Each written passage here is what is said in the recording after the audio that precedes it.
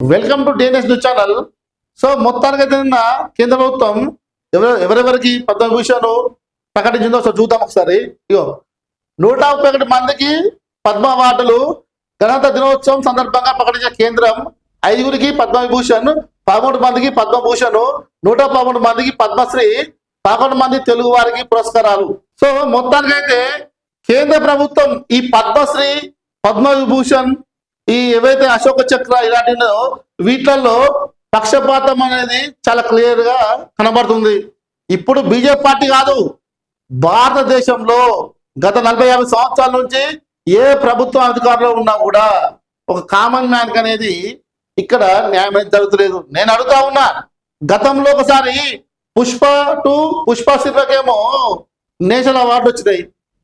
అదే మన తమిళనాడులో వచ్చినటువంటి జై భీమ్ సినిమాకేమో ఈ అవార్డు రాలేదు. అంటే ఏ సినిమాలో అయితే ఎక్కువ వైలెన్స్, ఏ విధంగా కబ్జాలు చేయాలి, ఏ విధంగా ప్రభుత్వ సంపదను, ప్రజా సంపదను తరలించకపోవడం, ఏదైతే స్మగ్లింగ్ ఉన్నాయో వీటికేమో పద్మశ్రీ, పద్మభూషణ్ ఇస్తుంది గవర్నమెంట్.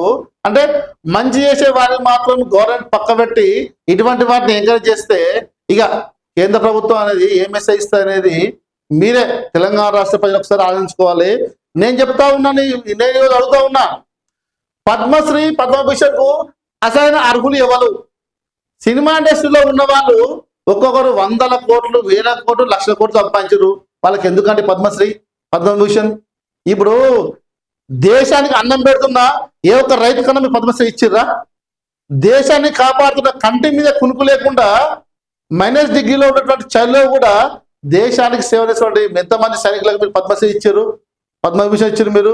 అంతేకాకుండా దేశంలో ఉన్నటువంటి కొన్ని లక్షల మంది, కోట్ల మంది మన మున్సిపల్ సిబ్బందికి వాళ్ళు పొద్దున్న 7 గంటలకు స్టార్ట్ చేసే డ్యూటీ రాత్రి 9 దాకా పెద్ద పెద్ద డ్రైనేజీలో, మోరల్లో దిగి తమ ప్రాణాలను సైతం వాళ్ళు లెక్క పెట్టకుండా వాళ్ళు మన దేశానికి సేవ చేస్తుంటే ఎంతమందికి అండి మీరు, ఎంతమంది మున్సిపల్ కార్మికులకు మీరు పద్మశ్రీ ఇచ్చారు?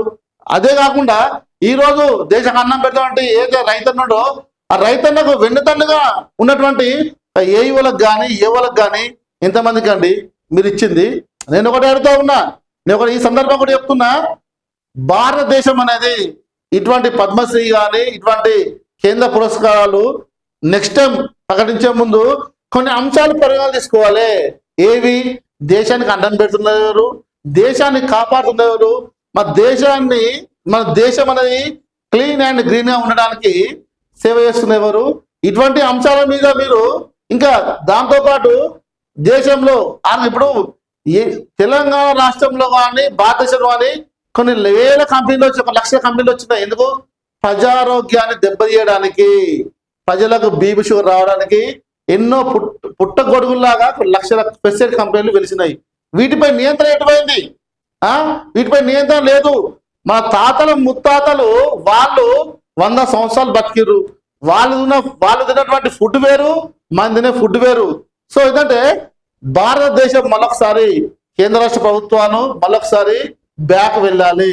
వెనుకకు వెళ్ళి ఏదో మన పూర్వీకులు ఆర్గానిక్ ఫార్మింగ్ చేసుకున్నారో అదే ఆర్గానిక్ ఫార్మింగ్ ను కేంద్ర రాష్ట్ర ప్రభుత్వాలు ప్రజలను ప్రోత్సహించి చేసే విధంగా చేయాలి.